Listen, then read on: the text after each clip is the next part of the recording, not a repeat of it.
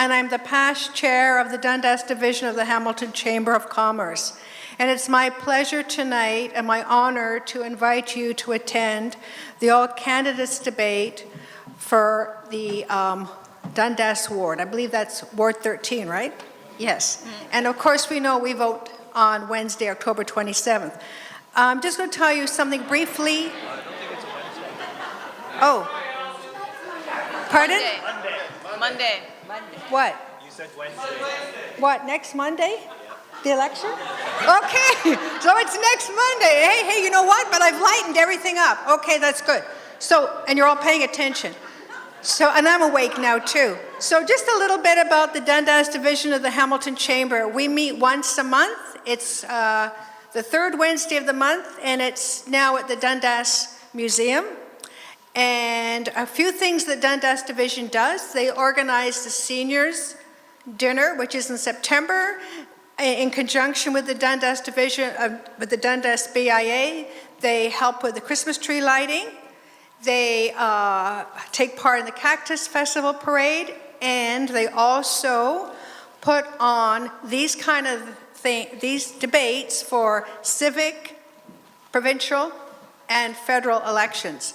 So now to get on with why we're here, it's my pleasure now to introduce to you your moderator for this evening, Alex Szabo. Alex is a longtime Dundas business person and a longtime member of the Dundas Division of the Hamilton Chamber of Commerce. Alex, take it over. Thank you, Allison. She meant we will all know by Wednesday. First of all, I'd like to welcome all of you here for this very important evening. I would like to introduce the panelists to you. Representing the Dundas BIA, we have Tara Crugnell.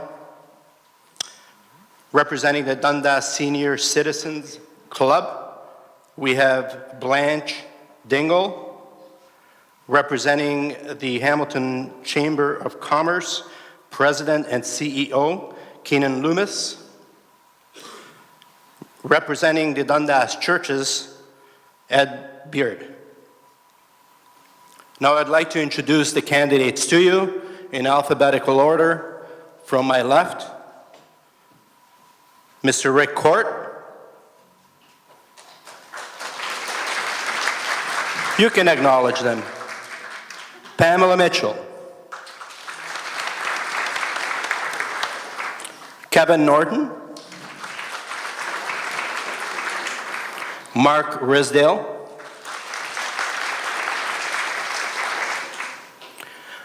Dana Sheemy.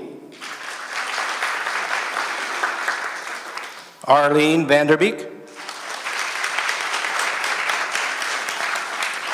Toby Hugh.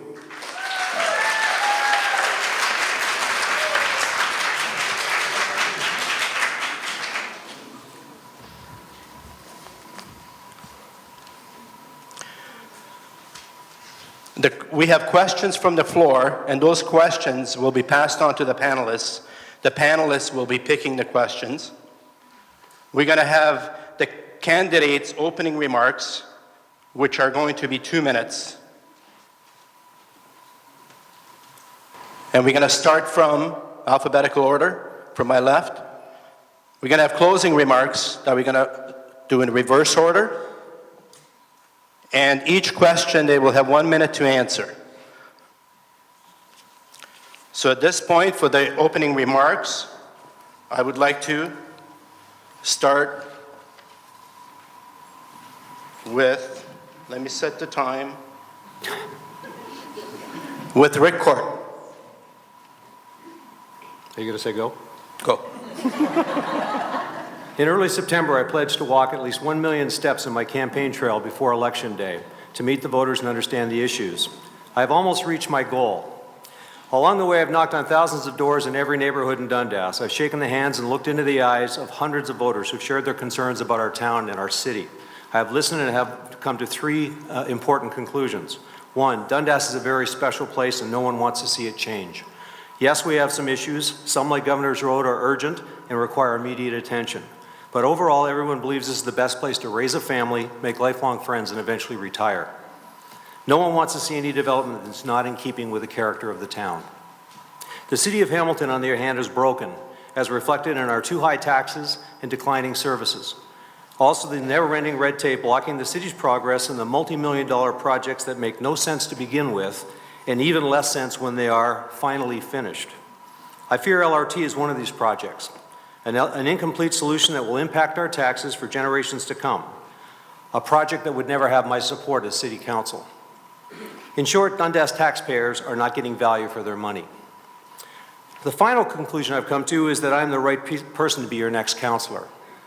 Think of it this way. If this were a regular job that we were applying for, what would the qualifications look like? Education. I have an MBA in finance from Mac and a master's in logistics from York. Business experience. I've been a CEO of 3 companies, CFO of several more. Overall, I have 40 years experience in business, working at mid to large companies in technology, finance, marketing, and logistics. Finance experience. I was a senior corporate banker for 20 years with accounts like Chrysler and General Motors. I was on the finance committee of Hamilton Health Sciences. I understand financial statements and big budgets. Leadership experience. As Mohawk's Dean of Business, I was responsible for 6,000 students. As CEO of my own technology company, I led us to record profits and a successful sale. Community experience. I've been an active volunteer on several boards and a fundraiser for many charities. Customer service experience. Over my various jobs, I have had thousands of customers and always understood who pays the bills. The only thing missing from the list is political experience. I have none. This enabled me, however, to look at things with unbiased eyes and my common sense approach. I am part of the solution, not part of the problem. Thank you.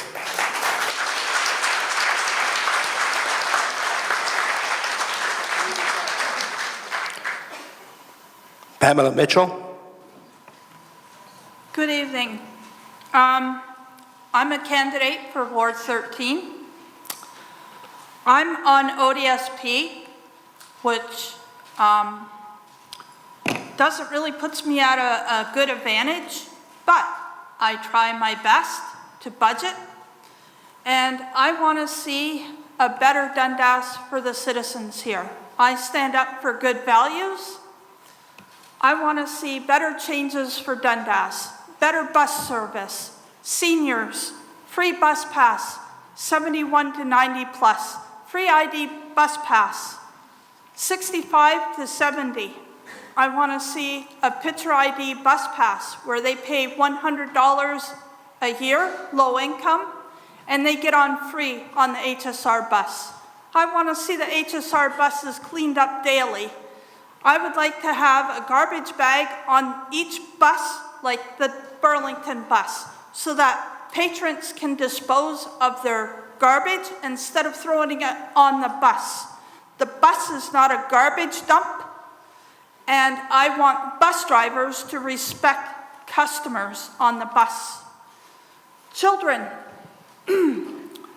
should get on free from newborn to age 6. They should get on free with a parent, with a grandparent, with a responsible adult.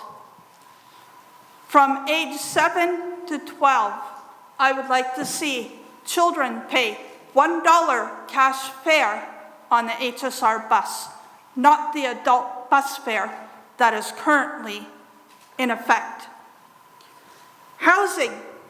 I'd like to see a better housing system in the city of Dundas. We don't need any more condos. Amica is considered a condo. There is a condo going up across from City Hall. We don't need that. We need sustainable housing for poor people and low income. And I live in low income housing, and rules have to change that it's sustainable. We cannot just throw people out for stupid excuses like fire inspectors coming in and say, oh, we don't like what's on your door. You can't have a Christmas wreath on the door.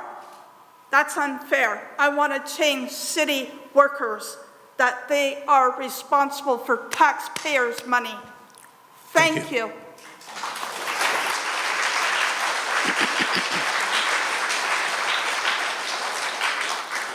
I will allow a little leadway in the opening and closing, but to a certain point. May I ask the candidates stand up so we can see them, please? You mean while they're speaking? Well, it's kind of difficult because the mics are on the table, so it would be a little difficult. Could you maybe just stand up so everybody could see you?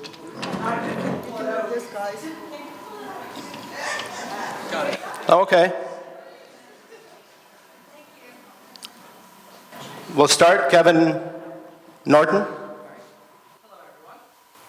Good evening. It's on now? All right, perfect. My name is Kevin Norton. I want to take this opportunity to tell you a little bit about myself. I was born and raised in Dundas, and I went to school here all my life. I went to Dundana District, Highland. I completed university through Wilfrid Laurier in Nipissing, and in all the time I spent in Dundas, it's given me a lot, and I think it's time that I give back. Dundas has given me safe parks to play in, it's given me bike trails to travel along, or even just a scenic route. And now I think I finally found a way that I can give back. I know I'm not alone in this room when I say that I'm an avid cyclist, yet Dundas has very few bike lanes available for people, while we do have lots of trails. This is a problem in Hamilton as well, where there are bike lanes, but not all of them are exactly safe for people to travel along. I want to do something to change that. I also am a big supporter of HSR. I want to make sure that people in Dundas have the availability to take any method of alternative transit to be able to get anywhere else in Hamilton. But I'm not here to talk about all that I want. While I do believe that my vision's strong, I'm here for you. I'm here for all the people in Dundas who have a strong vision for what it will become. When I knock on doors, I hear people tell me all the time they have small issues, things that are local to them, things that are maybe easier to fix but can fade away in the details if you look at the grand scheme. And these are things that I want to be able to fix, because in the end, I'll be a civil servant. I'm here at your behest. I'm here to work for you. This is not something I do as a part-time job. This is not something I do as a hobby or for fun or while running a business on the side. I want to work, and I want to work for you. Thank you.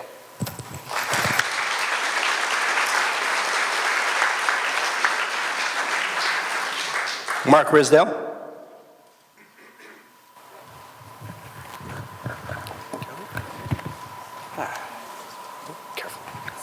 Is it on? Great. Hi, my name is Mark Risdale, and I want to be your next counselor. I'd like to thank all of you for coming tonight. This is a fantastic turnout. I really think it speaks to the engagement of Dundas that you're all here tonight to listen to me and all my friends on a Monday night. I'd also like to thank the Chamber for hosting the event. It's an important event for all of us, and it's a staple on my calendar when I'm on that side of the table. So I'm really glad to be on this side of the table tonight. I think we're going to have a lot of fun. I've put together what I think is a really strong and progressive platform. It's something that looks to the future with an eye on the past. Sorry. Practice this sitting down. The thing I think Dundas needs most is a vision. I'm really interested in thinking about what Dundas is going to look like 10 or 20 years from now. It's already a fantastic place to live, but we do face a lot of challenges. We're in the midst of a school closure, a really divisive school closure. There are all kinds of condo projects coming at us all the time. Our population is aging very rapidly. Our infrastructure is crumbling, and we have a really, really high rate of poverty. And these are all the things that made me want to run. Now, who am I? Well, I'm a passionate Dundasian. I'm a dedicated father and husband. I'm a very successful engineer, and I'm a really busy volunteer. All of these things have given me the tools I need to be a great counselor. As your counselor, I have 5 priorities, and they're on the cards I've handed out, but basically I'm here for families, for innovation, for diversity, for infrastructure, and for prosperity. These are the priorities that I'm going to push as a counselor to make Dundas, keep Dundas the best place to live in Ontario. I've tried something very different for my campaign. I've kept a very, very modest budget. I've focused on social media, and if you got one of my cards in your mailbox, it's because I delivered it. These shoes were new when I started, and they're falling apart. So, in conclusion, a vote for me is a vote for accountability, transparency, and integrity. I guarantee you a 100% open door policy, and I'm really looking forward to sharing my ideas with you tonight. Thank you.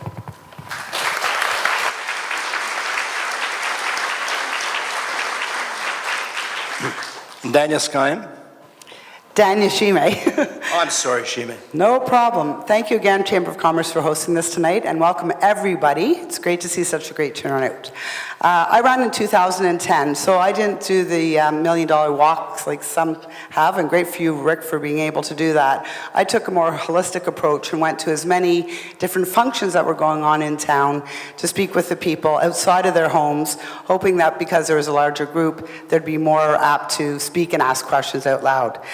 Part of my platform is the same as 2010 because nothing has changed. One of them being a support service for the seniors. There's many out of there struggling, and we realize that. Seniors that want to stay in their home that are finding the taxes unaffordable.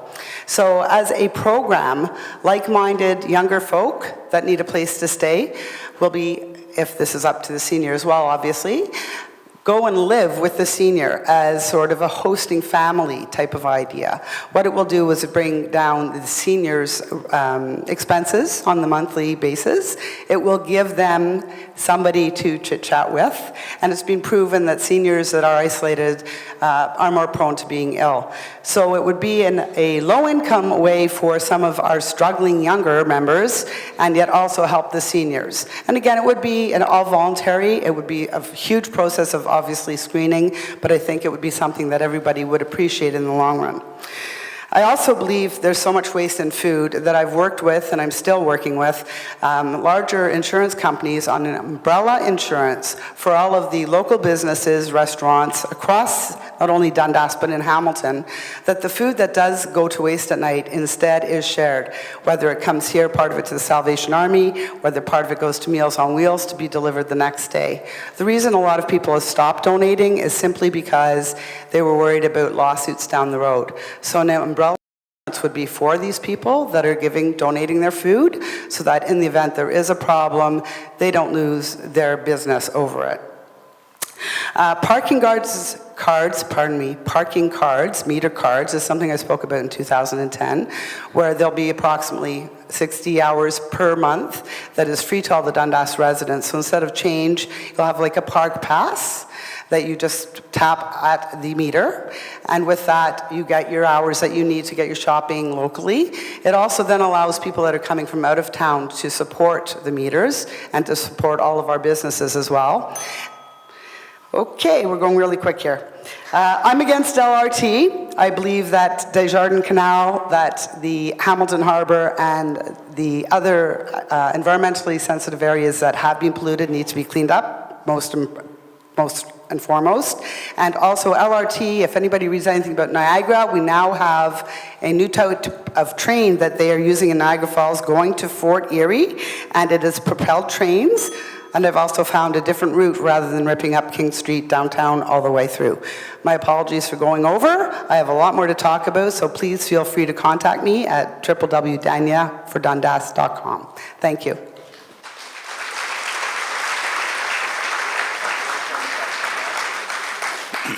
Arlene Vanderbeek. We all love Dundas.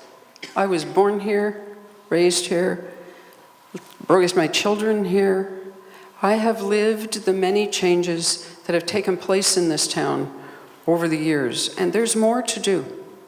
I've contributed to life in Dundas by volunteering on boards and committees and citizen groups and organizations, and also through my years as a Dundas Town Councillor prior to amalgamation. The decision to seek the council seat for Dundas in 2014 was an easy one for me. Over the past 10 years, I have loved what I've done.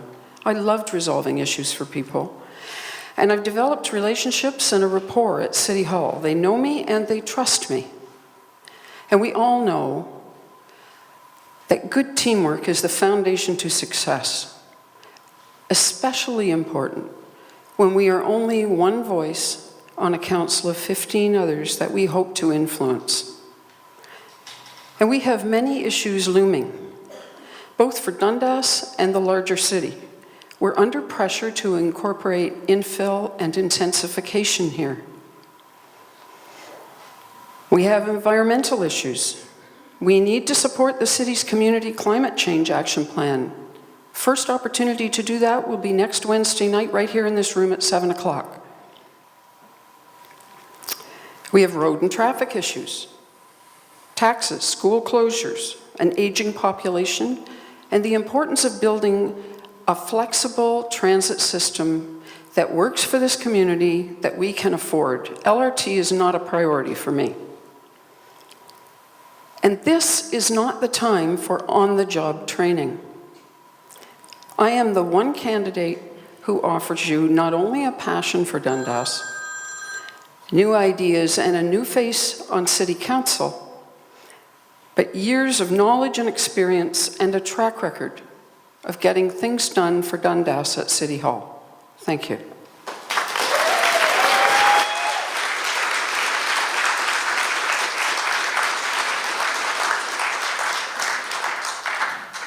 Toby Hill. Okay, I also, like Mark, I practiced sitting down, so I'm going to stand up, say hi, and then I'm going to sit down and do my talk. Thank you. Hello, Dundas. I am Toby Yell. I'm an idea person with the trained eyes of a designer and 3 decades in my own practice.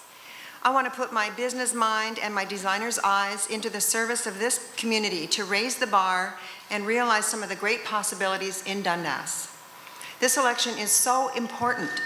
When an incumbent leaves office after a long, long term, a unique opening is created. An amazing opportunity for a new way of doing things, an updated vision, an agenda, and a chance for some of our many new faces in town to join the discussion. There's so much here to protect and maintain. We all know that. And while keeping that balance, there's room for some big new ideas here in Dundas. I think it's time for some fresh air in this town hall, and I would like to be that fresh air. I have a ton of energy for ideas, for problem solving.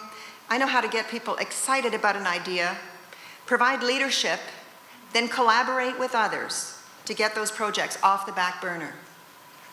Here are just a few ideas that have cropped up just since I registered to run in July.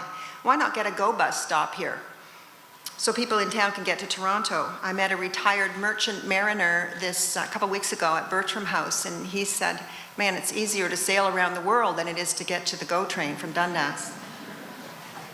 Our library is about to get an internal renovation, after which it will still be a single-story building right in the heart of our downtown. Why not start over with something like the new library in Aldershot on Plains Road, built with a classic heritage look in 3 or 4 levels of small-scale and affordable residential space built above it. Maybe build in a community kitchen. We have a problem with getting plans approved for new ventures. How much creativity gets stifled? Hello? How much creativity gets stifled with the endless running around trying to get permits? We could ask 2 or 3 planning and zoning staff to move their desks here from downtown and locate in this town hall so that people at 75 Main Street or anywhere in town could walk in, see the plans, ask their questions, and meet a person. They would understand our town on the ground. They'd be eating in our restaurants, getting their coffee in our coffee shops. I like to say we're living in paradise, and we are. However, there are some issues that do need attention. My platform has been posted on my website since September, along with my history of working in development approvals, community development in 3 other cities. Please pick up this page and visit tobyfordundas.com for more information on my platform and me. Thank you.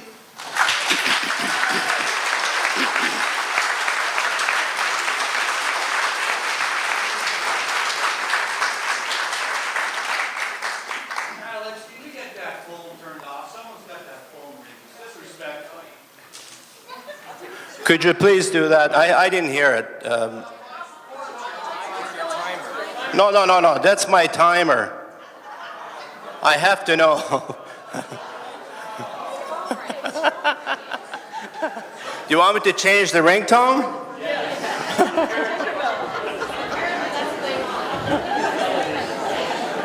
Sorry about that. But I need to have something to tell me, and so that the candidates know when the time's up. So we'll have the first question from the panelists. The people would like to know what type of contributions, volunteering, and involvement have you done in the town of Dundas to better the town of Dundas? So we're going to start with Rick. If you don't mind, I'm going to call him by the first names. We're in a friendly town. First names starting with Rick. 1 minute. I gotta admit, I don't have a lot of Dundas volunteer experience. You go back a ways, I was a coach, certainly. I coached, 20 different teams. But that was a pretty hard thing for me to do because I was commuting to Toronto every day. Unlike everybody else, I didn't work locally. I made my career elsewhere, but I always lived here. So that's the kind of volunteering I did. Now, that's not to say that's the only volunteering I did. I was the chair of the art gallery. On that board for 8 years. I was on the board of Innovation Factory when it got started. There's a number of other things that I helped with from a fundraising standpoint, etc. But Dundas proper, the only thing I can claim to is that I was a very active coach. Please use the mic. I'm sorry, you didn't hear me? Everybody, I mean. Okay. Plus, there's 50 people watching at home that can't hear you without the mic well. I didn't want the screeching, that's why I didn't pick it up. Pamela, please.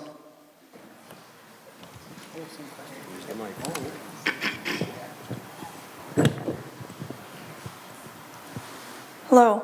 My volunteer experience is recently with the Dundas Food Bank. I volunteered there out of the goodness of my heart. I didn't do it because I'm running as a candidate. I have volunteer experience in Dundas. I volunteered at the Dundas Community Service, Friendly Calling. And, you know, I have lived in Dundas since 2007, and I'm proud to volunteer in Dundas. I love volunteering. I have volunteered at the Women's Center of Hamilton. I have sat and done a drop-in.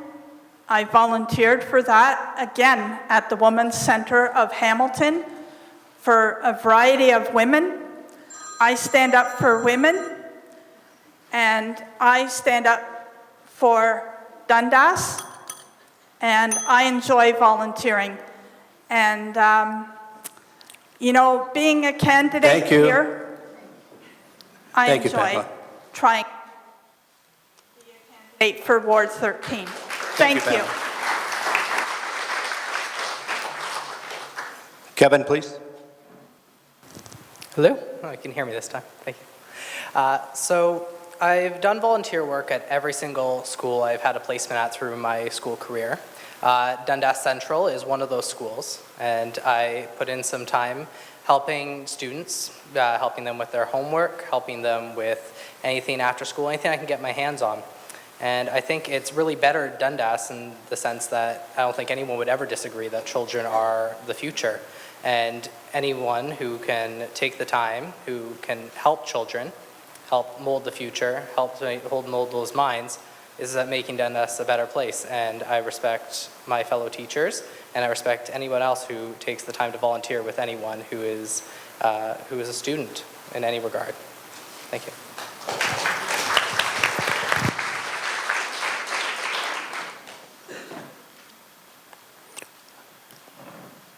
As I mentioned in my opening remarks, I am a really busy volunteer.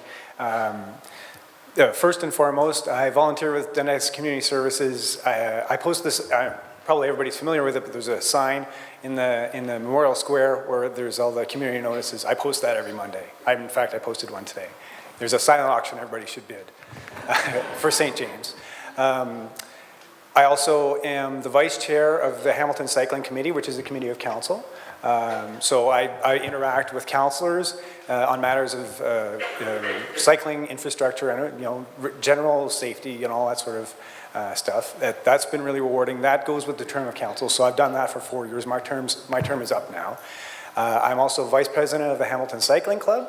And my other role with that is I'm the race director for our major fundraising event in the year, which is the Good Friday Road Race, which is actually held in Ancaster. But it's what the money from that goes towards our youth program, where we can loan out bikes to young riders who can't afford to buy their own bikes. I also am a commissaire for the Ontario Cycling Association and was an official at the recent Youth Cup in Ancaster. Thank you. Thank you, Mark. Dania? I've done so much over the years that I'm sitting here trying to keep track. So we'll go back to, I guess, 1976 when I moved here.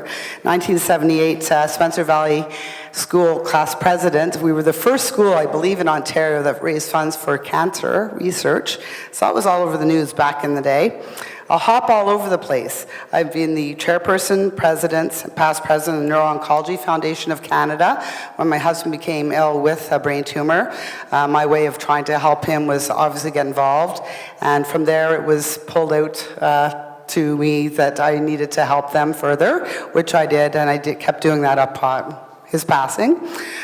Being very involved with children, I was also the president of the Hamilton Cooperative Preschool Association, which also had cooperative preschools here in Dundas, and I was the chairperson, past president there, and that was having parents co-op with their children in preschool settings. Let's see, Highland High School was on everything possible while I was a Highland student. Volunteer driver for Dundana School, Dundas District School, Sir William Osler School. I've been a free support services for palliative care here in Dundas for seniors and palliative care. Thank you. And on to be Dundas. Thank you. Arlene? Yes, thank you. I had to write it out. I chaired the Dundas, all of my volunteer work has been in Dundas, started when I was 12 and we all walked 25 miles to raise money for the indoor pool. Anyway, chair of the library board, on the Rotary Club, Cactus Festival Committee, the Dundas Division of the Chamber, I'm chair of that this year.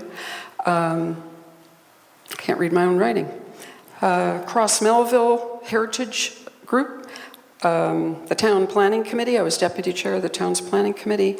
I sit on the board of the Dundas Museum, organizations like, organizational events like Lobster Fest, Seniors Day, Christmas tree lighting. I'm a founding member of the Dundas Farmers Market and most proud of that. I act as the recording secretary on a volunteer basis for the Dundas Community Council, and in 1986, I proudly joined the group that saved Central School. So I know all about trying to save Parkside School. Thank you.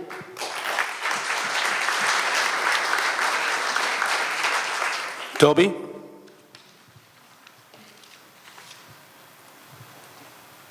Thank you.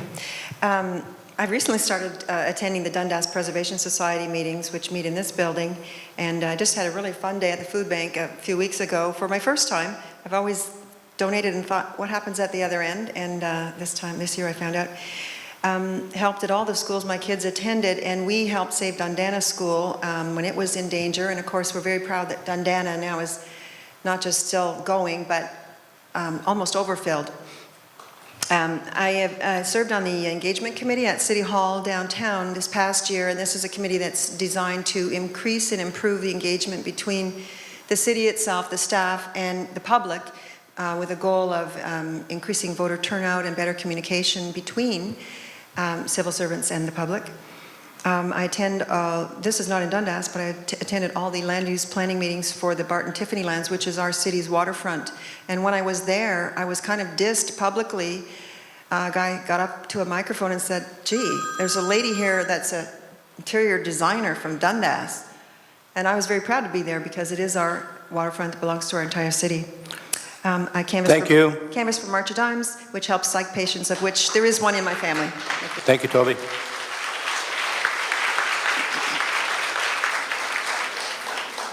The next question from the panelists, please. Thank you.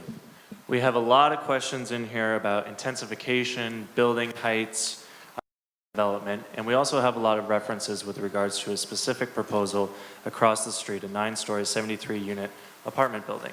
So let's talk about that specific proposal amidst your overall views of development, intensification, and building heights, please. We're going to start with Pamela.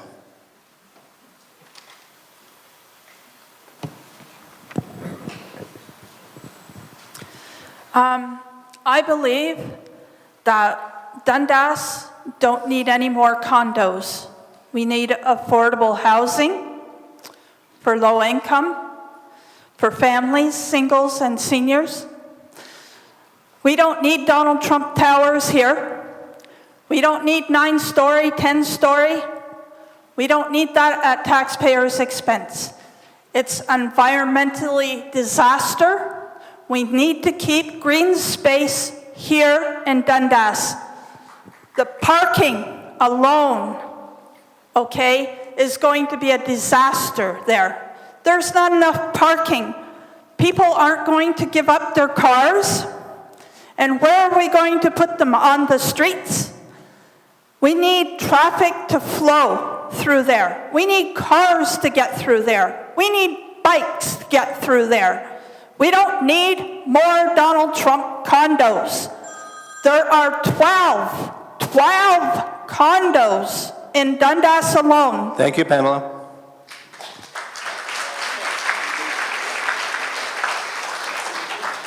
Kevin, please. Hello. I believe the spirit at which that the proposal is being put forward is to make the skyline of Dundas not look so much like any other downtown core. Dundas is a unique town. We are like a small town on side of a large town, part of a bigger town, and we want to keep it that way.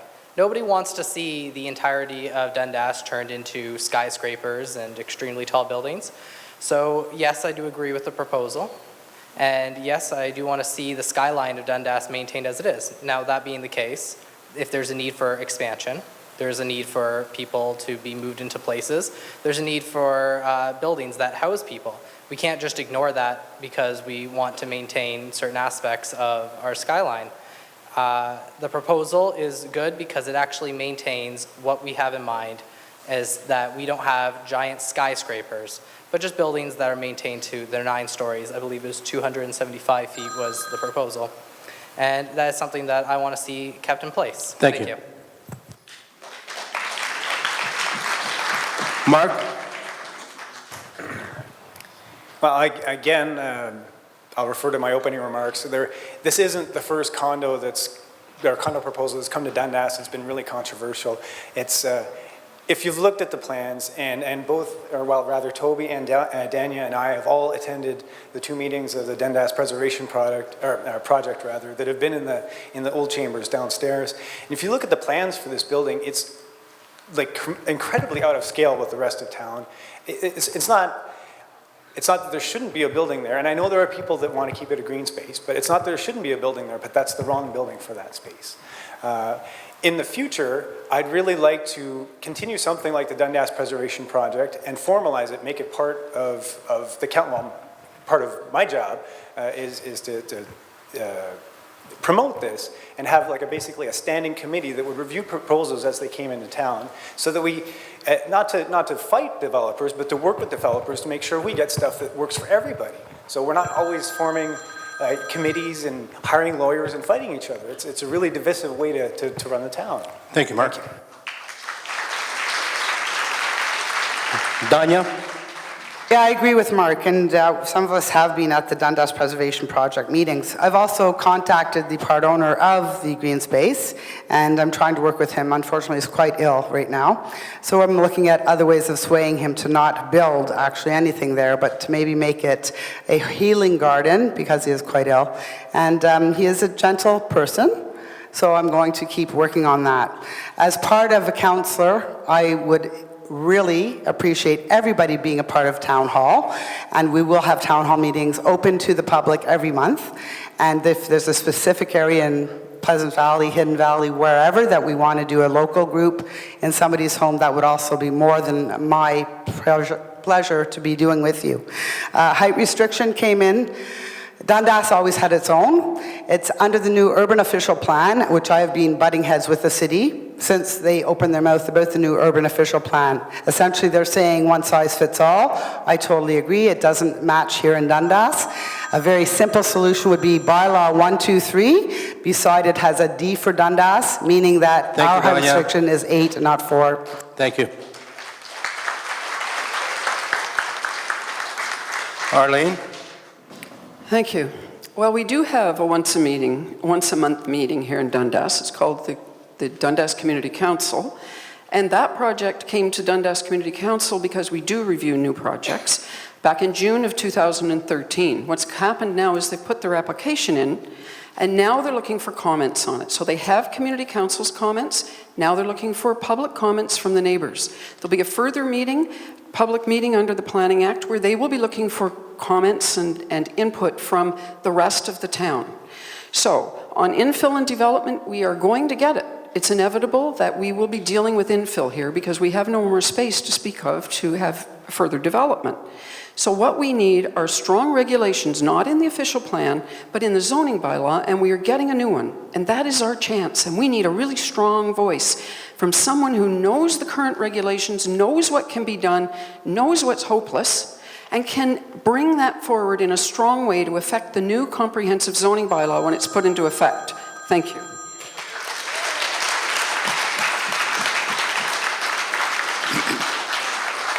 Toby? Well, as a designer, I looked at the plans for the building proposed over here and wondered if the architect had been to Dundas at all, because it did not seem at all suitable to me. And I think that when we add infill, which we must do, I agree, it has to be done with respect, with sensitivity, and with care for the culture and the character of this town. The Ministry of Housing in Toronto, the Ontario Ministry, has said in its Places to Grow legislation that the guiding principle will be compact, vibrant, and complete communities. And compact means intensification. But as someone pointed out at the meeting of the Dundas Preservation, putting 2 people on that land is intensification over what is there now. I don't think we should put 2 people. I think we should put a beautiful, suitable building. One thing that's coming up is that a lot of work gets put into an application that is put in with it doesn't look like much thought was given to the original application. It wasn't suitable. So all this work, all this effort, people meeting on a project Thank you, that Toby. maybe should have been called at the Thank beginning. you.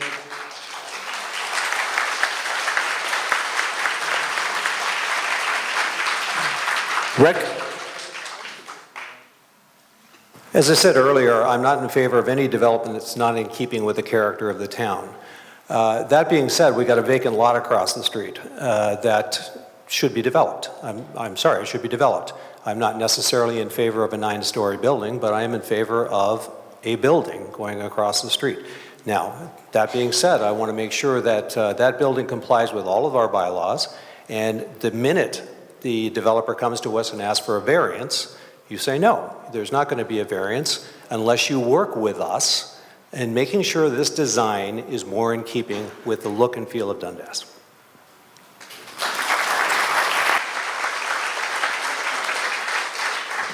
Question from the panelists. If elected, which specific projects would you like to see come to fruition that would improve the lives of Dundas residents? We will start with Kevin. The specific project that I've looked at before, and I myself have gone back and forth on it a few times, but I've come to a conclusion. I want to see a form of LRT, not the current proposal that's ahead, not the one that includes 4 routes, one of which going an express from Water down to here, and one of which going up the mountain, but something simple that includes 2 lanes, one up Main, one down King. I think it has the potential, if implemented properly, to really reduce the amount of buses required to go up and down those routes. We started with a pilot project already with bus-only routes. We have the infrastructure in place to, or at least the place to put the LRT routes. It's not going to be the cheapest thing ever, but it's an investment. It's an investment in our future, an investment in transit. And I think alternative transit is something that we need to really invest in, something we need to really look into. Thank you.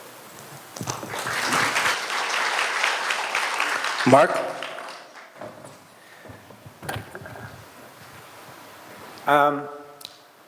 When we moved to Dundas, one of the things I really loved about our location, I live on Sydenham Street, right across from St. Augustine's, and is that behind us was Central, and across the, well, not quite across the road, but just down the road was Parkside. We've lost Parkside. And it really hurts. You know, I wanted to keep it open. I wanted my son to go there. But what the project I really want to accomplish as a councillor, like in the first 4 years, is I want to buy Parkside, and I want to bring it back to the community. I think I know there's potential to put a daycare in there, a senior center, perhaps some like artist studio space, even commercial space for small companies that want to start move to Dundas. And there's already a gymnasium there. It's something I really feel strongly about, and I think it's a great project. Thank you.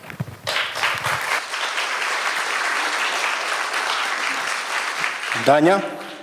Hard to pick one, but I'll have to go partially with Mark regarding Parkside, and if we can't keep it as a school, being a part of the Giant Strip Discovery Centre, we've talked about even an eco-educational centre because it's against the escarpment, and again, maybe a smaller school, or maybe a Montessori coming into there, or even partnering with Mohawk or MAC on some of their specialized projects that get some of the students that know what route they want to take in education, that it's open for them, and then also the senior center. There's a gamut of not-for-profit agencies that would love, Roots included, to be in there. Second has to be our roads and getting them fixed properly. Governors became a big mess, and we need to make it friendly for not cyclists, for cyclists, for pedestrians, for seniors with walkers, and with the cars. So there's a couple that are mandated right off the bat that need to be looked at, that I'd like to bring everybody that is at council down to Dundas to see what they do before anything's written on paper, so they understand our uniqueness. Thank you. Thank you. Arlene? Thank you. Well, I don't want a new project. I want to finish a project that started and has been held up a bit by conservation. I think we're over the hurdle, but I want to see that arena finished. I want to see that Hockeyville Legacy Room finished, and that's a major fundraising project for the Hockeyville Legacy Committee. But I think that will make a huge difference for the hockey teams that want to have regulation change rooms, good washrooms, and access to all 3 floors of that arena.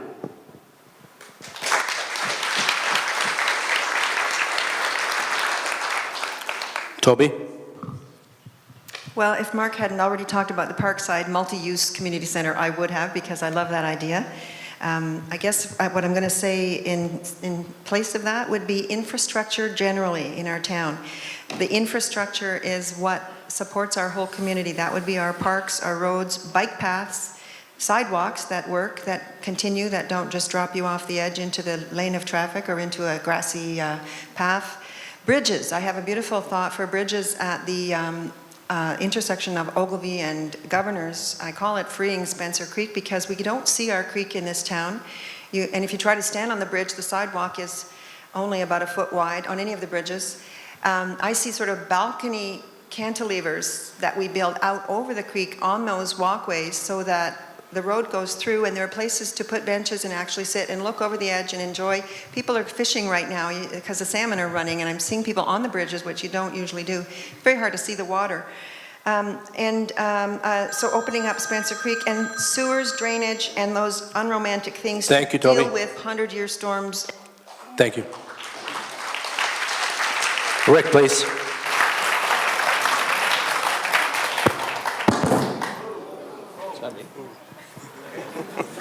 Sorry. I'm in complete agreement with Mark on the turning Parkside into a community center. We can't allow that to fall into other hands, particularly developers' hands. But my project, my number one project, would be to gut Governor's Road and rebuild it right from Osler all the way up to probably to Davidson. It was poorly thought out, poorly constructed. It's falling apart. That would be my number one project.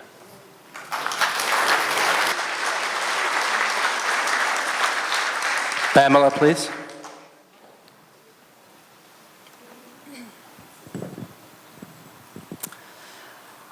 I would like to see the roadways and sidewalks repaired and made better accessible for wheelchairs and scooters and people with walkers. I'd like to see the bridge there repaired and made a lot more nicer for people to cross and safer.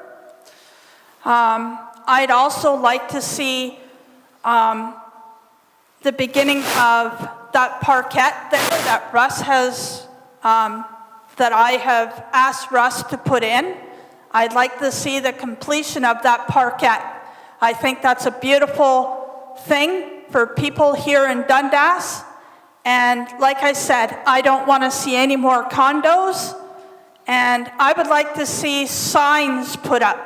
Seniors crossing for safer walkways. I'd like more signs to put up for the market so that people... Thank you, Pamela. To the panelists, question, please. The city of Hamilton just passed a plan for building an age-friendly Hamilton. How would you go about making Dundas more age-friendly than it already is? We're going to start with Mark.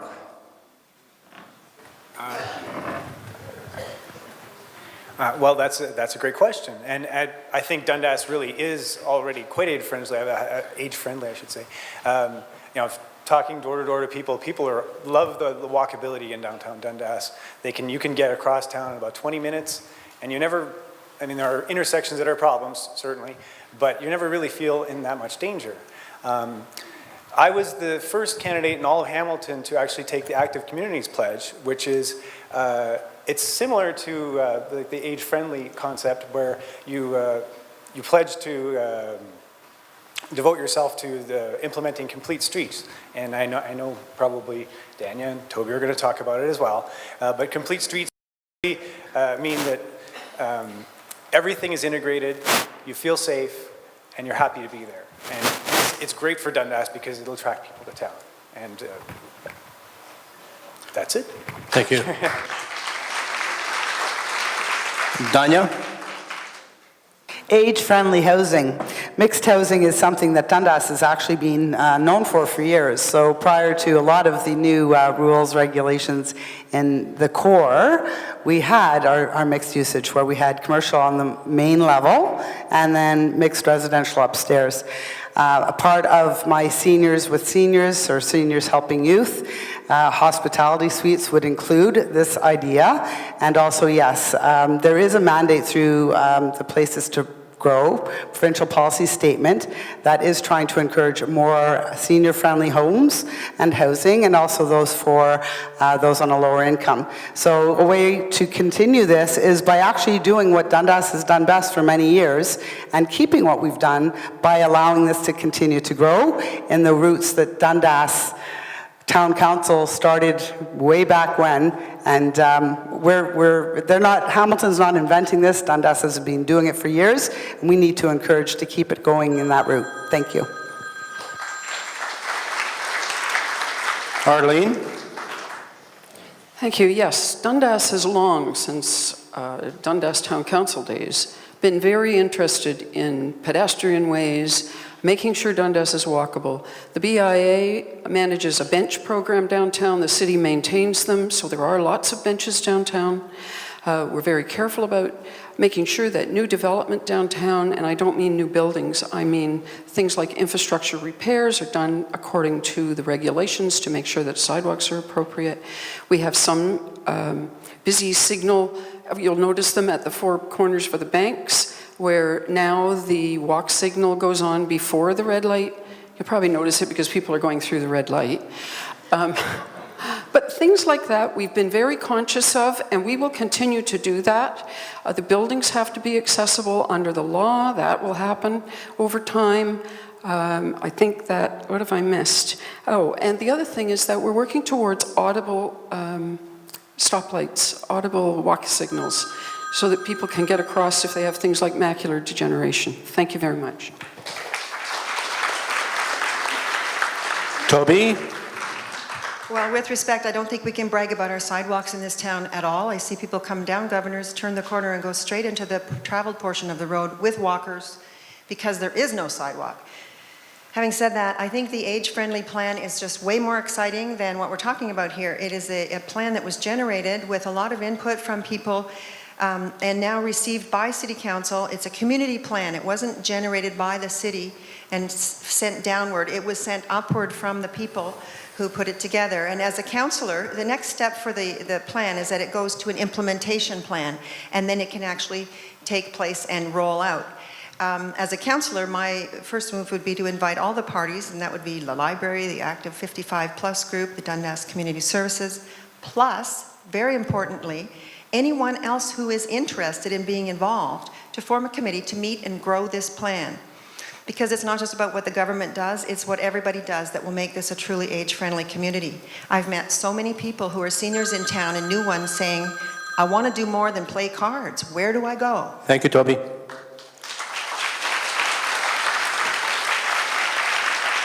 Rick? One of my key platforms is utilizing our experience, and what I meant by that was that we have about 30% of our population are senior citizens in Dundas. And there's a lot of people that have got a lot of experience in a lot of different professions. And I don't think that we make an effort to reach out to those people and say, how can you help us?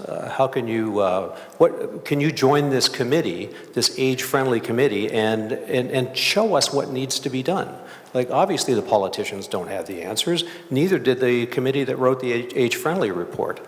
But I think the people that actually live in this town, that are senior citizens, will be able to tell us. One of the things for sure, though, I think we have to watch is traffic, trucks in particular. I think they're not allowed downtown already, but we have to make sure we enforce that, because we don't need heavy trucks running through the main street of town and still call it an age-friendly city. So. Thank you. Pamela?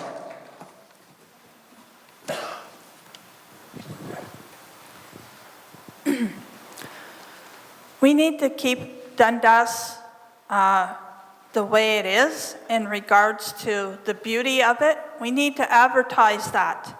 We need to bring businesses to the forefront. Weekends, car parking. I said in Facebook, reloadable pay pass for parking, like Tim Hortons card. You reload it, you tap. It's time for this. You tap it, and when you park there, when you leave, you re-tap it again. You go online, you can reload it with a Visa, MasterCard. You get the card free at City Hall, and you load it from $5 to $75. And free parking on weekends and holiday Mondays. We need to advertise Dundas. It's a beautiful place. We need to stop wasting taxpayers' money. We need to bring people into Dundas. Thank you, Pamela. Kevin, please. Thank you. I think we are pretty good as a town right now. And there's room for improvement, and this is something very personal to me. Just last week, my grandfather himself was with a walker traveling on a place that didn't have a sidewalk, and he had a spill, and only by courtesy of a neighbor we had was able to get his way home. I see that a lot when people are struggling with mobility, and Rick is right. The people who are going to be able to tell us exactly where the issues are and exactly where we need to implement different sidewalks, where we need to fix the issues the best, are the people who are living in the community itself. And I would absolutely support and encourage a community council that would tell me what I can do to make those areas more safe and more accessible and more age-friendly. Thank you. Question from the panelists. We all agree that Dundas is a great place, but there's many people asking about poverty and children, and as well as seniors in Dundas. And what would you do to support Hamilton being a living community as well as food security for people? We're going to start with Danya. Well, I got into this briefly earlier about the umbrella and all of our local restaurants that do have food left over, that they go to a community area that they are brought out for the next day for our less fortunate. I've also talked about the senior plan and having seniors might be other seniors that want to stay in their home, and that they can have either it's an apartment downstairs where there's a tax credit given, so that is done, and it's done to code to allow the seniors to stay in their homes. Or an alternative would be maybe a young mother and her young child while mom's going back to school and needs a lower income place to live that is sharing with a senior that's in their home. And again, it's a win-win for the senior and for the young mom. And again, intergenerational education for children is an amazing thing. It allows them to have more respect for our seniors, something that I know is lacking in some of our youth out in this area. All the way around, working with the seniors. Most of you know me because I have worked with you or gone to your homes, and that would continue obviously down the road. Thank you. Arlene? Thank you. Well, we often miss poverty, but we do have it, even in Dundas.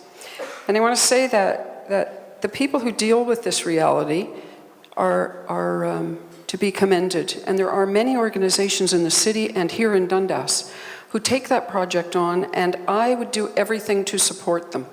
The other thing is that the city has taken some initiatives recently, in recent months, to do things that will help neighborhoods to build on their own ability to help their own poverty areas. There's something called a neighborhood, I think it's called Neighborhood Projects in Hamilton, and they are also taking people and teaching them how to grow food and how to cook food, and not just helping them to eat, but helping them to learn how to be sustainable in their ability to deal with things. And the Housing and Homelessness 10-year plan has initiatives in it that I think will help with this sort of thing too. Thank you. Toby? I'm hearing from people that we do need a lower cost grocery store in town. We have two versions of the same store. That's not really what I wanted to start with. I mentioned a community kitchen possibly being built in the upper floors of a potential library that could be built. But maybe there's a community kitchen in a church, or could happen in the Salvation Army building. But I have a friend in Caledonia who's a retired home ec teacher, and what a bundle of energy. She has created a program in Caledonia where she teaches nutrition and what to cook with what's in the food bag from the food bank. She's an amazing woman. She was great as a teacher, and in her retirement she is spreading love. So she gathers maybe half a dozen young moms who are on very low incomes and have kids to feed, and she shows them how to make a nutritious meal out of what's in the bag that gets dropped off or that you get to pick up at the food bank, and teaches them that you can add, you can go to the bulk store and buy 5 cents worth of some spice to make it be great. In any case, the other thing they do is a monthly community dinner served to people with servers, with tablecloths, like a restaurant Thank style. you, Toby. Rick, please. First on nutrition, I'm in favor of programs like the Healthy Start program, where kids are given a nutritious breakfast to start their day. Studies have proven that that's a really good way to increase people's kids' concentrations, and they'll do better in school. With respect to poverty in general, though, I'm in favor of measures that will help eradicate poverty one day. That includes things like living wage, affordable bus passes, maybe affordable daycare.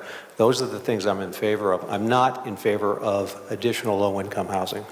Not as long as we have the provincial funding formula that we currently have. Hamilton has 1/3 of its budget being devoted to social services costs. Did you know that Burlington has no low-income housing? They have a much lower percentage of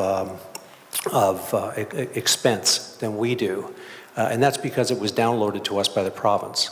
I don't want Dundas or Hamilton be the best place to be poor.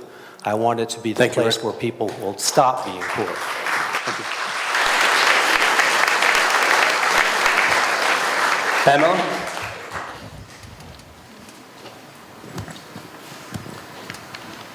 I believe in geared to income housing for singles, families, and seniors. I would like to have more affordable housing for low income I would like the city to recognize that people need these things more than condos. The food banks are a good idea. I believe they should give grocery cards along with the food bank items because not all items are accessible to people with families. They don't give out eggs or milk or meat. And I believe the food banks are a good solution. And also the churches on Mondays, they have free meals for low income. I think that's a good program. Also, the Good Food Box is $15. The community can donate for a family or seniors. I believe that's a good idea. Thank you. Thank you. Kevin? I want to see something done about the breakfast programs at schools. A school I currently volunteer at right now, several students take advantage of the program. And for one class with 20 students in it, they were given 7 pears, 3 apples, and 8 cheese strings that they were able to cut in half and give to these kids. The pears and the apples are maybe nutritious, but we can do more. We can do more to give these kids a better start in the morning. And it's something that I would like to see enacted, something I want to see put into place. I also want a different option for grocery stores. As it was mentioned already, we have 2 nearly identical grocery stores which sell things at the exact same prices. There are other options, there are other places, and now there's nothing we can do about it. We can't just tell one place to pack up and go, but it is possible that we could have a 3rd grocery store in another area. That's all I have. Thank you. Mark, please. Thank you. Earlier I mentioned that one of my priorities is prosperity. Originally when I was drafting my platform, that actually read reduce poverty. I wanted to put a more positive spin on it. Fighting poverty is something that's really, really important to me. When I lived in Toronto, I was an order picker and a screener for the Daily Bread Food Bank, and it really opened my eyes. My mom runs a food bank in Sudbury, and she has just horror stories to tell me every week. I mean, it's brutal. I was listening to the mayor's debate earlier today that was put on by the People's Platform, and I was really encouraged to hear that all the 3 main contenders are going to put their weight behind affordable housing. Look at things like density bonusing and inclusionary zoning. Living wage is important, and I think we need to talk to the federal government, like we need to advocate as a city at the provincial level and the federal level to make them act, well, at the provincial level to make sure that they act on their poverty strategy, and at the national level to implement a poverty strategy. It's something they don't have, and I think we're the only major like G8 country that doesn't have one. It's ridiculous. So finally. Thank you. Thank you.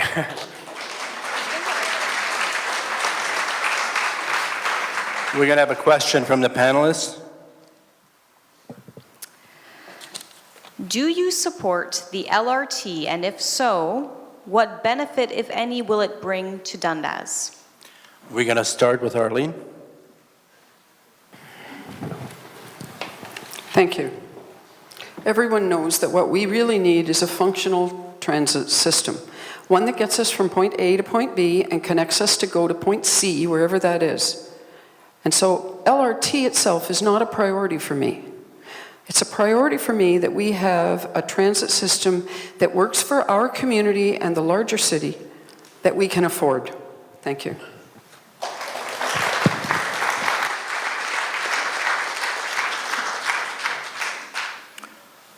Toby? My view of transit is that transit can transform because it allows people to get to work, to get to jobs, and my main thinking, we don't know if LRT will come to Hamilton. It's years away. I don't see it as being, in the next 5 minutes tied to this election. However, rapid transit needs to come beyond McMaster, bring it to the University Plaza, bring it to Dundas. I think Dundas would feel very insulted if the big project of the 2000s ended just outside our front door. There's a bit of a hub at University now, and I don't care if it's a bus or a train that comes there, But how many people in Dundas can get themselves to the University Plaza on maybe a short minibus that makes quick rounds up into the Pleasant Valley and Watsons and into the neighborhoods up Governors, has frequency, brings people down to the hub, get on either a bus or a train, we don't know yet, and we can't know yet exactly what it'll be, and get into McMaster, get into downtown, get into the waterfront, go have dinner at a restaurant and come back, or go to the stadium. Thank you. Rick, please. No. LRT that's on the table stops at McMaster. It doesn't come to Dundas, and it's never going to come to Dundas because we've got a big hill in the way. It also doesn't go to the brand new GO station. So anybody that wants to take transit down to the GO station and get into Toronto, it's useless to them too. They'll end up taking 3 or 4 trains. My biggest concern though is that Dundas needs some improvement in its local transit. And if we spend $1 billion building an LRT that goes between McMaster and Eastgate, there will be no money left for any transit improvements in Dundas or anywhere else, the mountain as well. So no, I'm dead against it.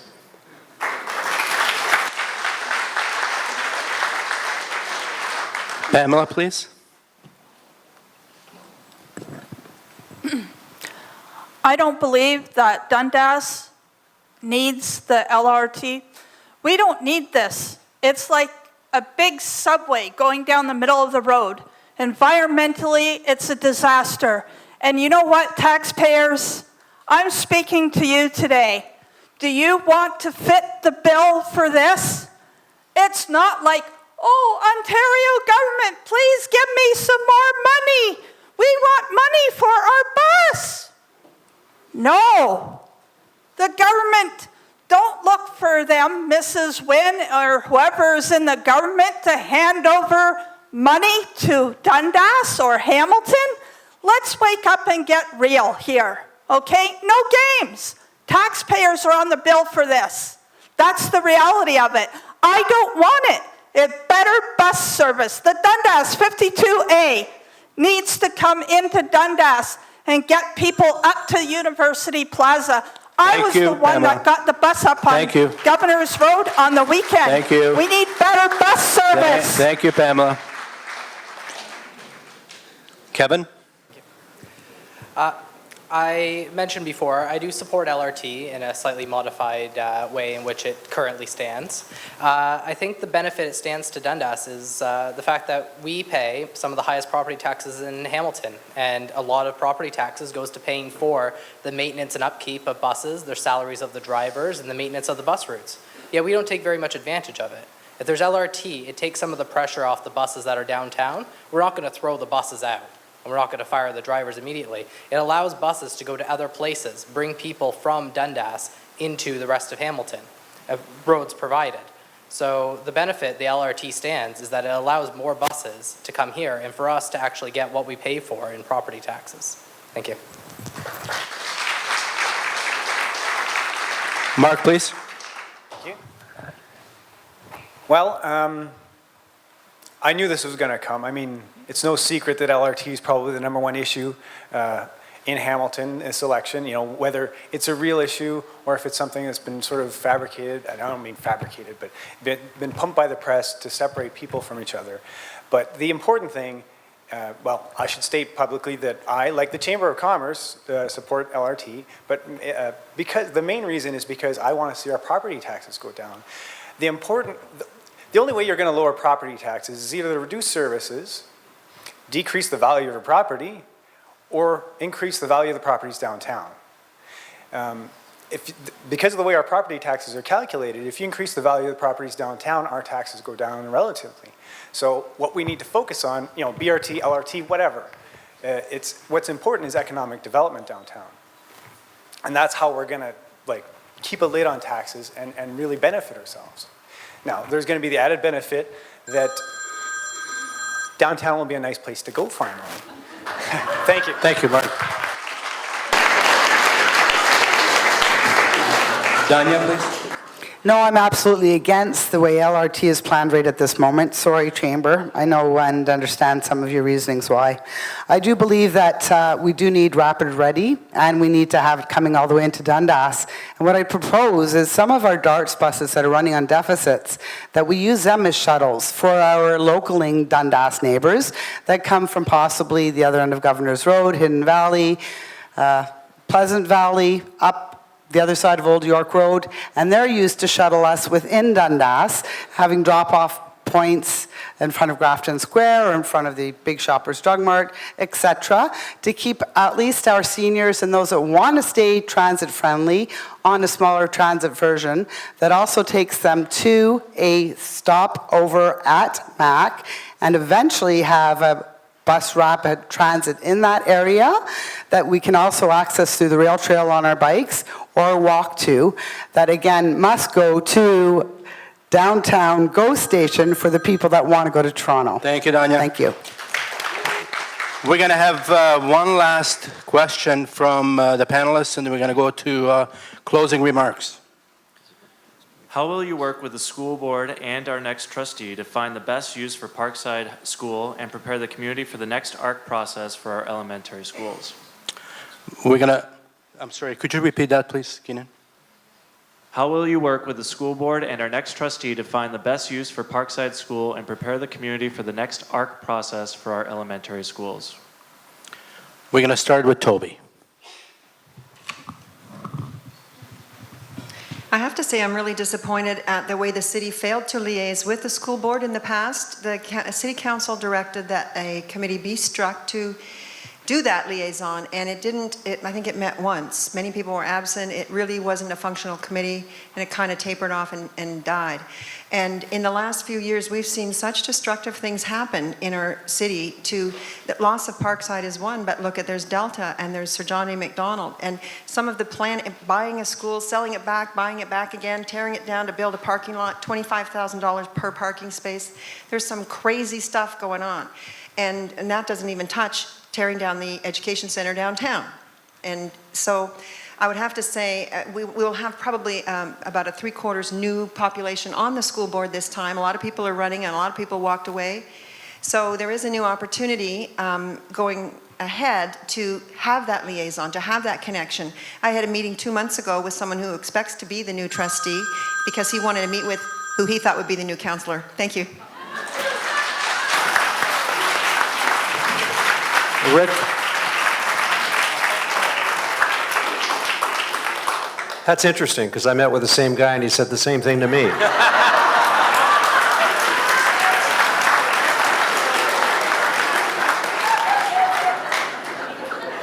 Anyway, number one priority there is to make sure that Parkside ends up in city hands. Parkside ends up a community center for the good of the entire community of Dundas. I will work with the trustees on that. I will work with the other city councilors on that to make sure that there's budget for it and make sure this becomes a real project. Pamela?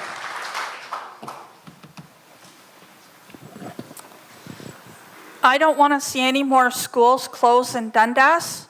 We don't need to send the kids to Hamilton, to schools where there are gangs, where it's out of touch for Dundas. We need to keep our families here, for our parents, for our single parents, for our grandparents, for their caregivers. I believe that we should turn the school into a center for teenagers and seniors and low income, that they have a place where they can go and connect with the community. And I believe that possibly if the city would allow it, Dundas agrees to it, that possibly there could be a geared to income apartment put on top of the building so that it would be for low income seniors, 55 and older.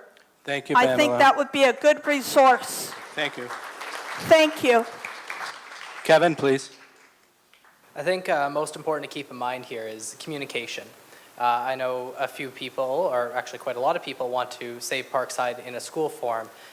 In reality, it's the indecisiveness that's costing the most amount of money. Every year that people can't decide what to do with the center is another year that, that deferred maintenance gets put off, that millions or thousands are spent in just keeping the place open.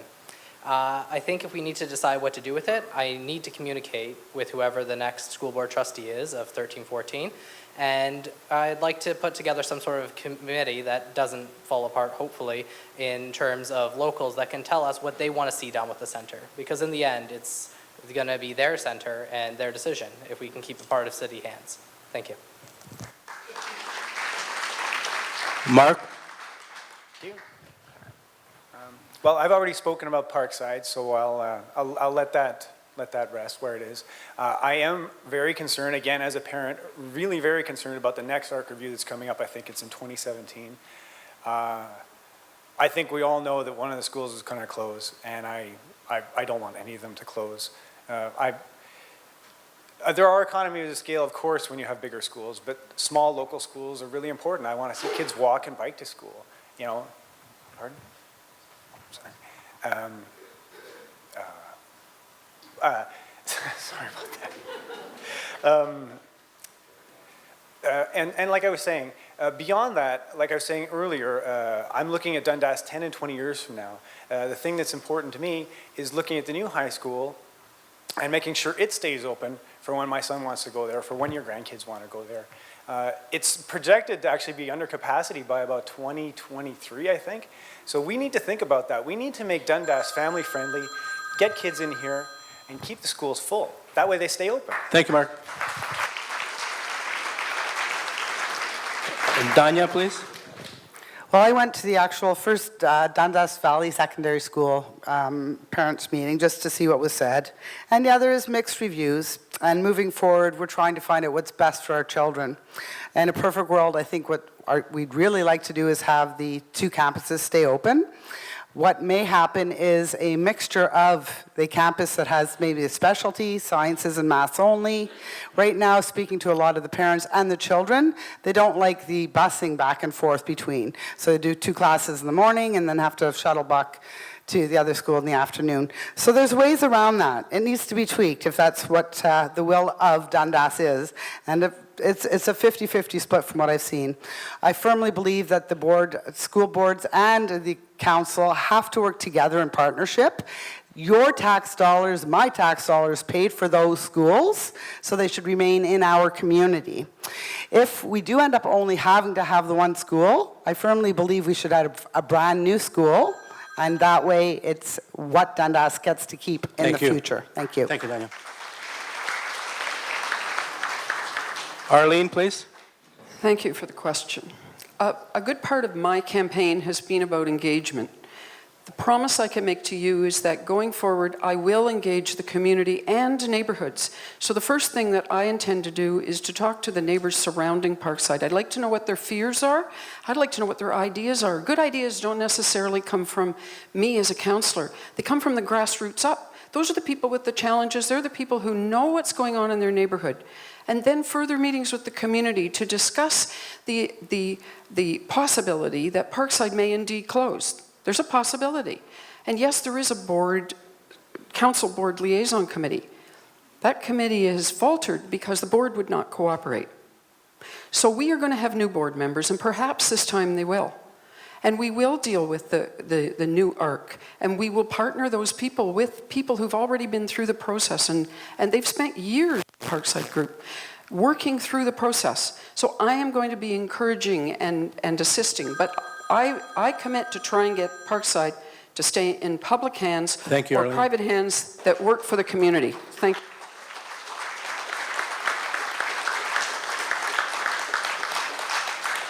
So that ends our questions from the panelists. We're going to move to the closing remarks. Each candidate has 1 minute. And I'm going to start with Toby, please. Thank you. I'm going to stay seated.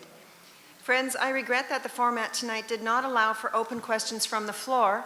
However, I am getting open questions by phone every day. People are surprised when I answer my phone at home, or they're surprised when I call them back or answer their emails. You don't survive 30 years in business without responding to people and communicating with your customers. I've actually been able to solve some problems that people have called in to me. It's getting almost funny. I make my phone calls to City Hall every day or two. I track things down. I call back to a resident, put them together with somebody they need to talk to. I have files of things I'm working on now and another file of great ideas for later when I'm elected. I have a photo file of sidewalks that are crumbling, missing entirely. I have a file on the high number of young adults in town with Down syndrome for whom there's no programming after they graduate high school, or the recent string of break-ins in homes in Cascades and Davidson areas. The fact that Creekside Drive is still not assumed by the city 4 years after completion of the final tower. So residents are paying twice for snow clearing and garbage pickup. This is what I mean about raising the bar. Thank you.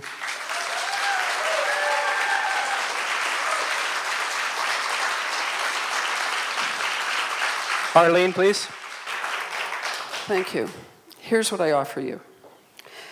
My passion for Dundas, my background in planning and zoning and team development in business, in municipal administration in 3 different city halls, my years as a Dundas town councillor, coupled with my experience, my knowledge, my long-standing dedication to Dundas, my understanding of the issues, my proven ability to accomplish things for you at City Hall.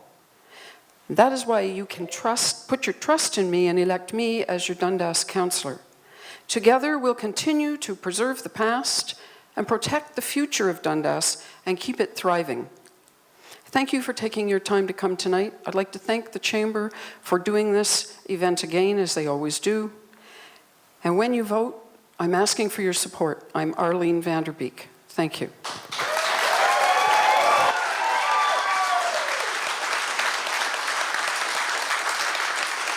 Danya?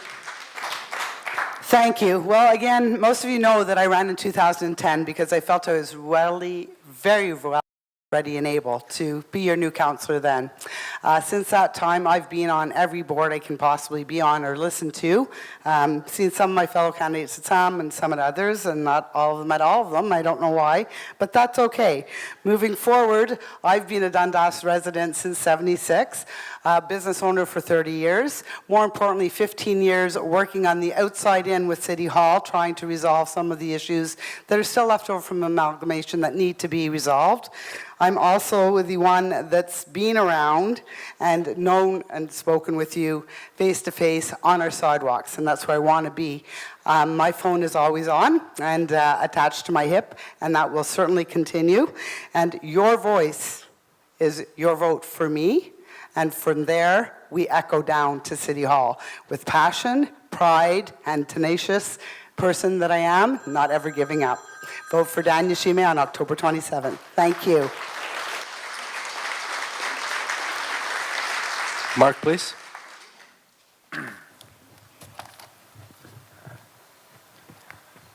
So being a great councillor is about developing great relationships. And even just in the short time that I've been campaigning, I've actually built really nice relationships with all these people here. And I think they all deserve a round of applause at the end of this, because it's not easy doing this. And so, back to my notes. I have a strong track record of building the sort of relationships that lead to mutually beneficial results. I want to work really hard with council and with staff to drive economic development, cut waste, eliminate unnecessary bureaucracy, and really elevate the culture at City Hall. We can free up and empower some valuable resources, and by doing that, we can deliver a cost-effective services and put a lid on taxes. On October 27th, I'm asking for your vote, and thank you again for coming. It's been great.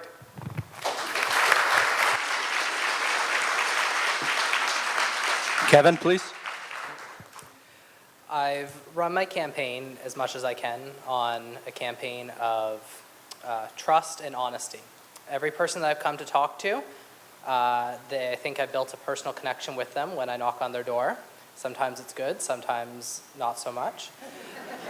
But I find that a lot of people say that the only time that they've seen someone to speak to on these issues is every 4 years. These are the people that usually don't have something specific that they want to bring to City Council, but something that they just thought about when somebody came to see them. I want to make sure that I am always available that anyone can come talk to me, can call me day or night. I want to be available always because I want to work for the people of Dundas and I want to work for all of you. So please consider voting for Kevin Norton on October 27th. Thank you.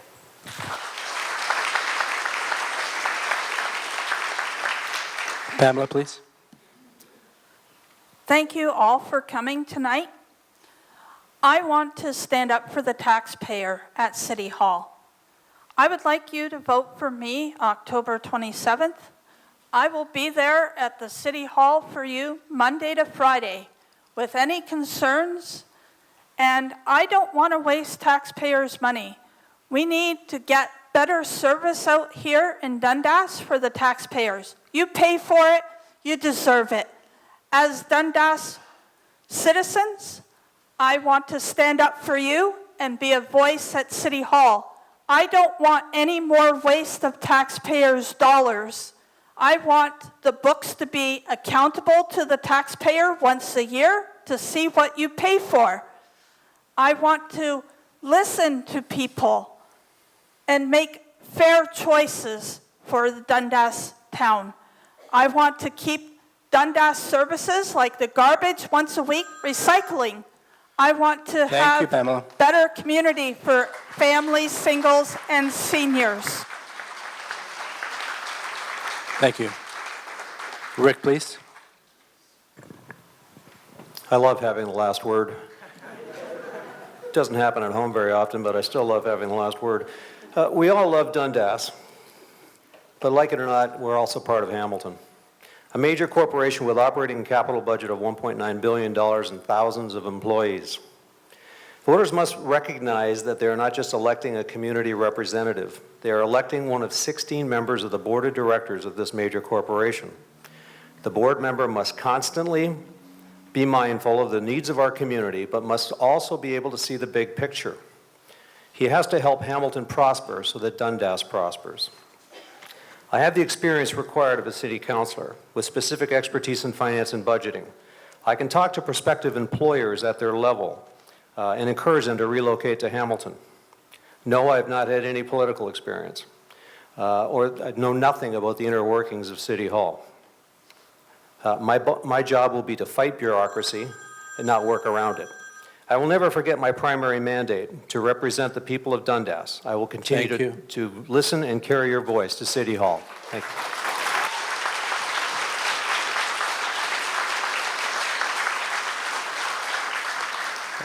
Thank you all. I'm going to ask for Allison to come back up and wrap this meeting up. And just for the record, that chime is called Old Phone, and I thought most of us could identify with it, so that's why I chose it.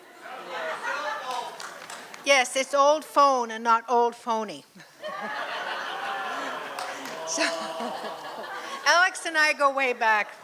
Anyway, a couple of things. First of all, on behalf of the Dundas Division of the Hamilton Chamber of Commerce, I'd like to take the time to thank the 7 candidates. They've all been very busy canvassing over the last number of months, and everyone is sincere and everyone is most worthy. Thank you for spending so much time. We know you love our community. Thank you.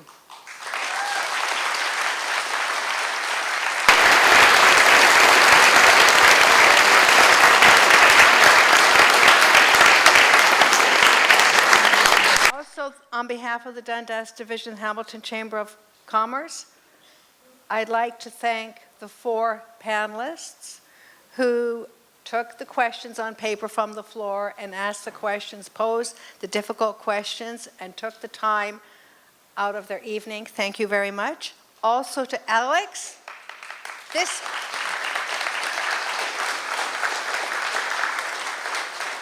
guy, total grace under pressure because he didn't have any timer. So thank you, Alex. You were very smooth and very cool. And mainly thank you. Without the audience, where would we be? You've been great. Thank you for taking time and coming out and being so engaged in your community. Thank you very much. Have a good evening. Drive safe.